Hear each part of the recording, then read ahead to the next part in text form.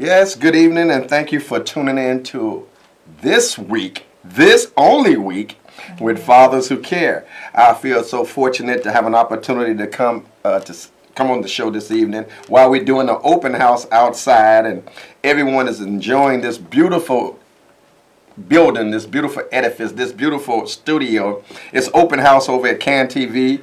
And listen, I'm your guest this evening, or should I say your host, and Laury Ann is the guest this evening.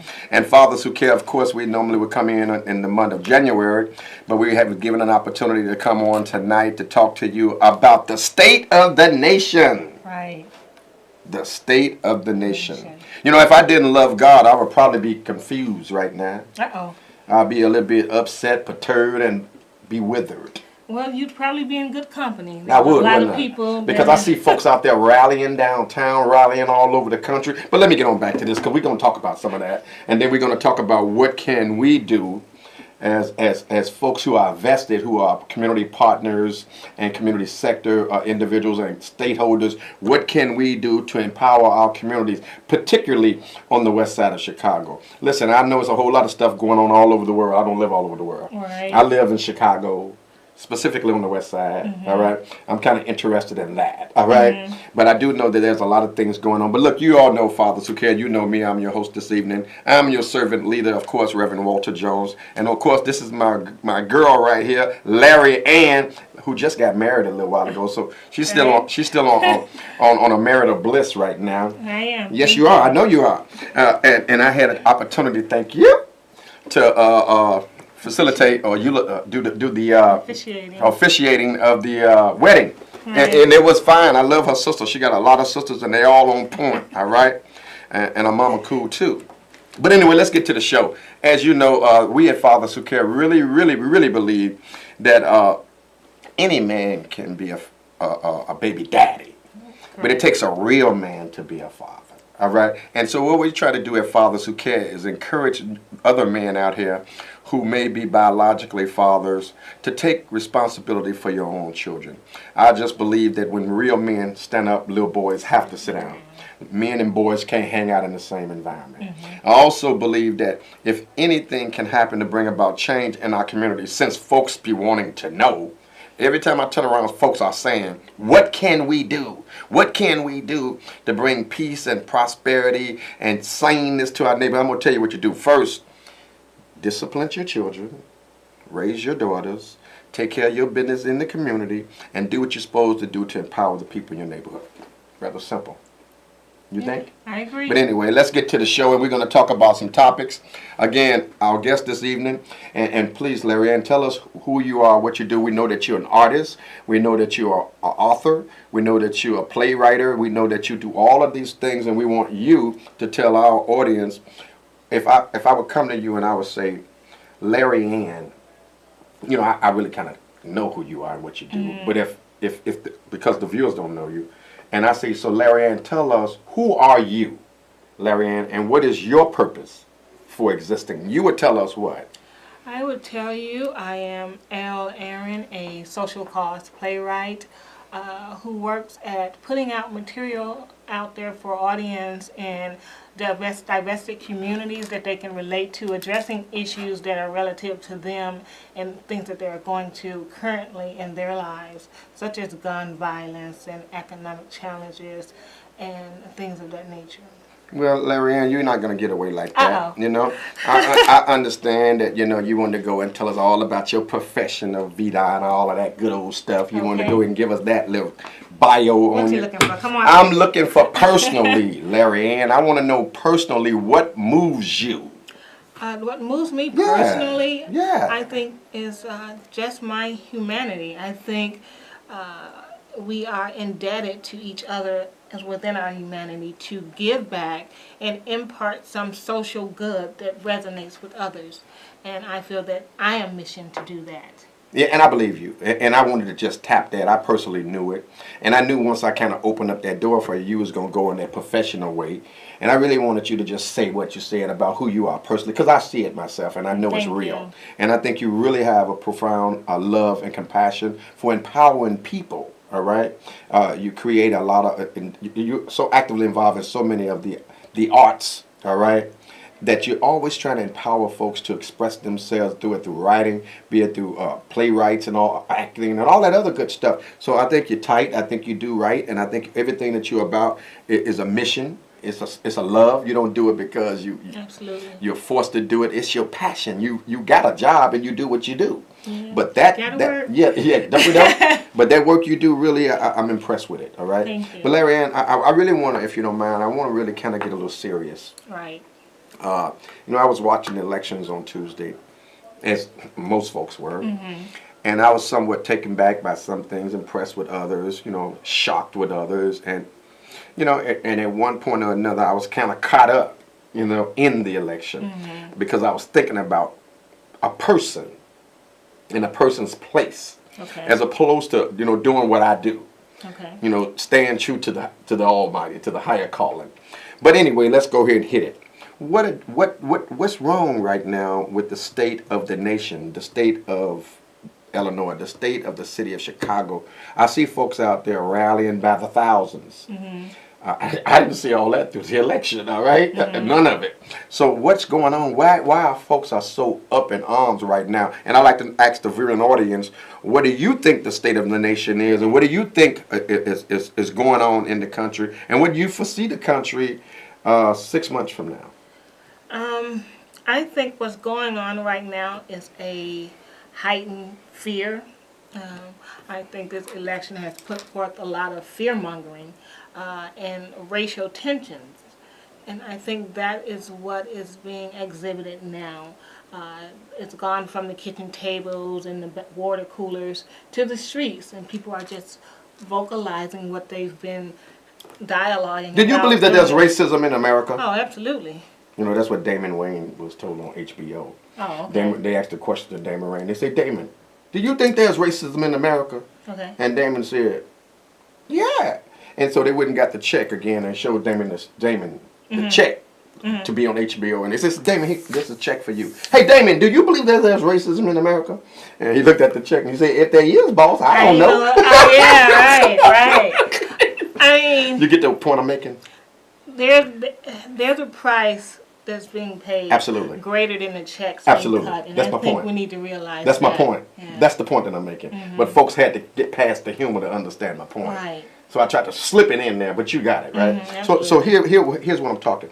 Well, we know that change is inevitable in life, period, when you don't have a foundation. So there's change in the air now. But do you believe right now that our state, that our peace of mind, I understand fear, I understand the tension, I understand folks are up in arms, I understand folks are going through all kind of emotional changes at this time. But do you actually believe that there's a divide in the country? I think there's always been a divide in the country. This is nothing new. I think this election has forced people to be honest in recognizing that divide. Yeah. Look, we got a caller. What we want to do, we want to preference this call. Of course, you're watching Fathers Who Care, and we're talking about the state of the nation. How do you feel right now? What do you see happening in the 6 months?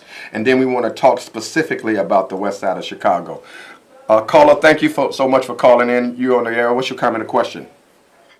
I want to make a comment regarding the state of affairs with Chicago, with Illinois. Okay, you want to talk specific, right? Yeah, I want to talk specific. Okay, go ahead. And I want to say that I think the state, what's going on now is our people are scared. Our people are scared, especially with the election that just took place, okay? People are scared because of things they have heard, things they have seen. They don't know what to expect. We don't know what to expect with our new president that has, went into effect now with Donald Trump. We don't know what to expect. We don't know. We've heard so many things as far as when he gets into office, as far as how he's going to stop public housing. He's going to stop public aid, how he's going to stop those people that are already poor and struggling from even having a way to make it out here, how he's coming into office to destroy and to cause a lot of destruction. So the state of affairs that's going on right now in our city is fear. Okay. Fear of the unknown, fear of what is going to take place within the next 4 years. Okay. That's the state we're in. Hey, listen, I appreciate that call, and thank you so much for calling. Larry Ann, our caller echoed exactly what you said. There's a state of fear. She said scared, but same thing, and then she came and said fear, and a separation, and probably loss of services and programs, Right. particularly for the indigent folks, as opposed. Well, he said it. You know, he said what he was going to do, and I believe him. All right. So what do you want to tell a caller? There's a lot of rhetoric now that the Trump has been named the president-elect, that a lot of his campaigning strategy was in efforts to solicit a certain voter demographic. I believe that. And that's mission accomplished. Right. I think there is an undertone to his presidency or his what he plans to do that's not fully divulged. I mean, I think. Can you be more specific? Are you alluding to the fact that he ain't who he say he was for not to believe what he said? Is that what you're saying? I think actions speak louder than words. We saw the actions. I'm asking you, are you saying he ain't who he say he is? I'm saying he's not who the voters who supported him thought he's going to be in the White House. Got it. So let's do this here. So I like that. I like that. And I personally think, just for the purpose of having some dialogue, and I think he's a chameleon. No, absolutely. All right. I think he's actually a chameleon, and Absolutely. I think he clay. I think he dirt. I think not dirt in the sense of dirt. I'm talking about in the metaphorical sense. He go with the wind. Okay. All right. Okay. So, all right. So I'm of the mindset that it is what it is, and it ain't nothing new. All right. It's just another day with another player. All right. I mean, but we're let's not get talking about a businessman, and businessmen are first and foremost chameleons. They play the role needed Absolutely. to get the job done. But let's go. Let's come home. All right.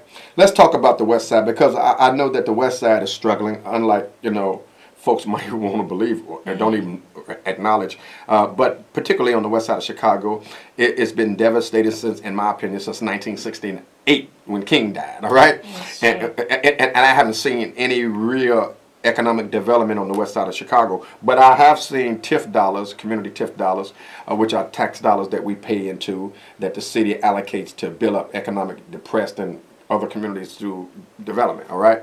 And I've seen certain dollars go certain places, like they went into Inglewood. I understand that these dollars are making their way in and around the West Side of Chicago. Okay. And so folks are having opportunities now to go out there and snatch properties. All right. And they don't tell everybody that they're getting these properties. Okay. They just go out there and pick out certain things and take it back to the powers that be, city hall and city planning, the Department of Planning, and they get these applications for TIF dollars. They take the TIF dollars and then they go out there and build up stuff in the community. Right. They never talk to the community. Right. Just So, overnight. Oh. Just overnight, here you got this. And so all of a sudden now you got people in your community, not from your community, no vested interest in your community, Absolutely. haven't even spoken to the community, but yet they've come in, stated claim, and built up stuff, and don't even involve folks not only in the planning, implementation, and the development. Not only that, but not only involved in employment opportunities. Right. So that's a thing that's going on in the community that I want folks to understand. That you have to be careful that they're, while you out here fighting each other about parking spots and all the little foolishness going on in your neighborhood, some things are set up to fool you, all right? While other folks are chasing money, you out there chasing foolishness in the neighborhood. I'm suggesting to people here in the city of Chicago that you follow the money, all right? I understand that to be about $9 billion budget Okay. for the city of Chicago. I know we're not broke.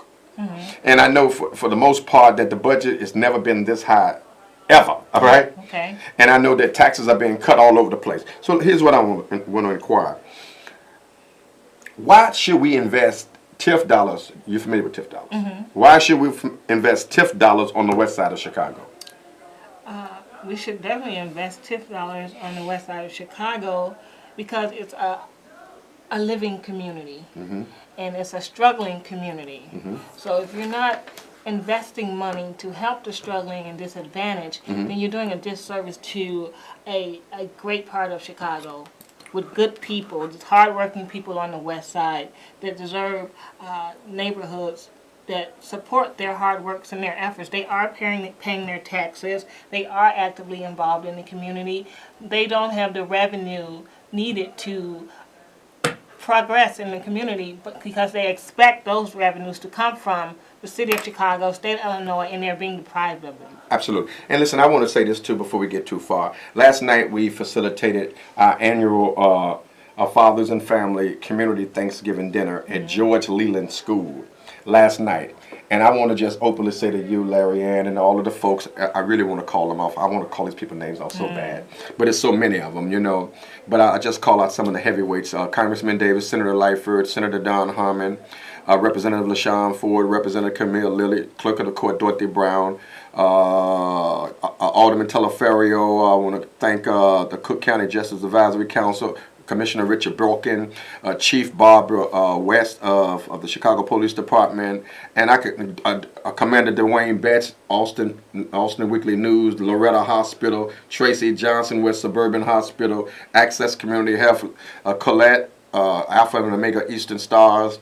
Of course, you and your husband was out there with us last night. Patricia from the Department of Public Health, Pastor James and Trina Dodd, Garfield Park Community Council, Hawk, Mead Communication, Keith McDonald's for videography, the Westside Men's Group, the Westside Women Group, and so many other folks. I can't name them all, but I just really wanted to just say thank you guys. Thank you all for making last night a success. I mean, because if it wasn't for you, we couldn't have done it last night. To be a blessing to so many young people, so many community folks. I mean, it was a beautiful time, and we can officially say right now, Laury Ann, the holiday season is upon us. All right?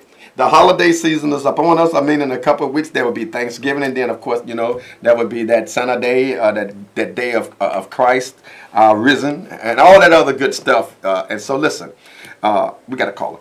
Caller, thank you for calling. Your comment or question, please. Hello? Yes, you're on the air. I have a question for Miss, is her name Lee Ann? Laury Ann. Larry Ann. I have a question for Miss Larry Ann. Miss Larry Ann, my question to you is, tell me, what do you think, as far as everything that's going on, as far as the election and as far as the state of, you know, what's going on in our city and whatnot, what do you think as far as the disaster that so many other people think is about to take place?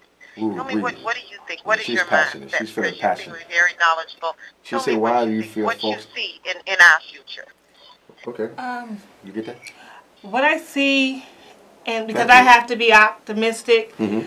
and I have to think positive for the uplifting and relief to my people, black people, the communities like the West Side that are divested. I see people coming together. I see us doing something that fear driving us to do what we should have been doing all along, Absolutely. which is unifying and working together. Just coming to terms with no man is an island, but we can in fact be one together. I think there will be a lot of unification. I think these protests definitely support that unification is on the horizon, and I think that will continue. Hey, you know, when folks want to protest a concern, they have a right Absolutely. to protest, and we encourage that peaceful protests. All right. Because I don't think none of them out there got Uzis and all that kind of stuff, which we don't want that kind of violence in the streets of Chicago. We want folks to peacefully protest. Right. But I personally believe your best way to protest is to vote. In my mind, but that's just my thought. So anyway, listen, Larry, we was talking about TIF dollars on the west side of Chicago, the need to invest in the west side of Chicago, and Chicago being 7 minutes, most of the places, less than 7 minutes, 10 minutes from the city downtown, right? You would think that the dollars would be there, right? More dollars have went into Inglewood, which is a nice little ways away from Chicago, but the whole area's changed, like Bronzeville. But west side has been slow in coming. So why is there a lack in infrastructure development and economic development on the west side of Chicago? The lack, why? I think the lack is just it's corruption. I think it's corruption, and just the act of depriving is nothing new, and so it's kind of one of those things that it's okay as long as people aren't protesting or until your hand's caught in the cookie jar, so to speak, and you continue doing that. So depriving the West Side is, you know, has a longevity, like you said, since 1968, and this is a true statement. And so until the community rallies around this injustice that they're being served, I mean, truly rally around, like when they're protesting, that kind of knocking on doors is needed to let you know, hey, I'm coming for you, and I'm coming for the TIF dollars. As a community, it's the stance that needs to be taken. A social justice movement. Exactly. Okay. It needs to be a social demand. A social demand. I like that. I like that. Okay. Hey, listen. You're watching Fathers Who Care. Of course, we have a couple of topics that we're talking about tonight. One being, what is the state of the nation, and how do you feel about it? The other is a serious note closer to home. What can we do, or what are we doing to develop and empower our communities, particularly the west side of Chicago? Are you taking advantage of the TIF dollars? Are you taking advantage of the Cook County Land Bank funds, or the Cook County Land Bank properties, or all of the properties on the demolition list, or all of these properties that other folks are grabbing at record numbers and investing in front of you, around you, and behind you? I'm saying to you, come on out to our meeting with the Westside Community Stakeholders, Fathers Who Care, our Westside partners, sector, and others on November the 14th. I believe that's next Monday, but it is next Monday. All right. So whatever next Monday is, what's next Monday? It's the 14th. Okay, it's the 14th. Next Monday at 6 o'clock. And if you need additional information, give us a call at Fathers Who Care at 773-287-5821. 773-287-5821. We'll be having a community discussion next week on why should we invest TIF dollars on the west side of Chicago, and how to work together. We're working together on the west side of Chicago. We have a nice coalition of folks that come together to do what we can to empower our community. So we're actively involved in empowering each other. So wherever you need help, and we're helping each other. We're not out there on an island unto ourselves trying to do it by ourselves. We believe in helping each other. So if you don't have that mentality, you can pass this meeting up, and you can come to the next one down the road. But this meeting is for people who want to work together, who want to utilize some of the opportunities in the community, so they can come on out and see what they can do to help develop and empower our communities, and also compete for some of these TIF dollars. Join together and build up infrastructures and developments in our community, as opposed to everybody competing with each other for a couple of dollars. So we're not going to do that. But listen, we got to wrap up. We got like 30 seconds. So I want to say to you, Laury Ann, you've always been a stellar sister, and you're always there to try to help, to do what you can to empower us. Give us some encouraging words as we close out. I would say definitely don't walk forward in fear. Go with God. Trust that That's right. there's no suffering coming to you. Take that and trust it, because I personally don't believe Trump or any of his supporters or any of the fear-mongering that they've done will dampen my spirit or my efforts to uplift us. And I'm going to say to you as we close out, listen, thank you so much for tuning in. Thank you for being with us last week. We got an event on December the 16th where we're going to be empowering parents and their children at George Leland School. We're going to do an event. We're going to bring our resources to empower parents. And I want you to know you can make a difference. If it is to be, it must begin with me. God bless you. God keep you. Good night. Keep the faith and keep seeking God. God bless you, and we'll talk to you on the other side. Thank you, CAN TV. Good night.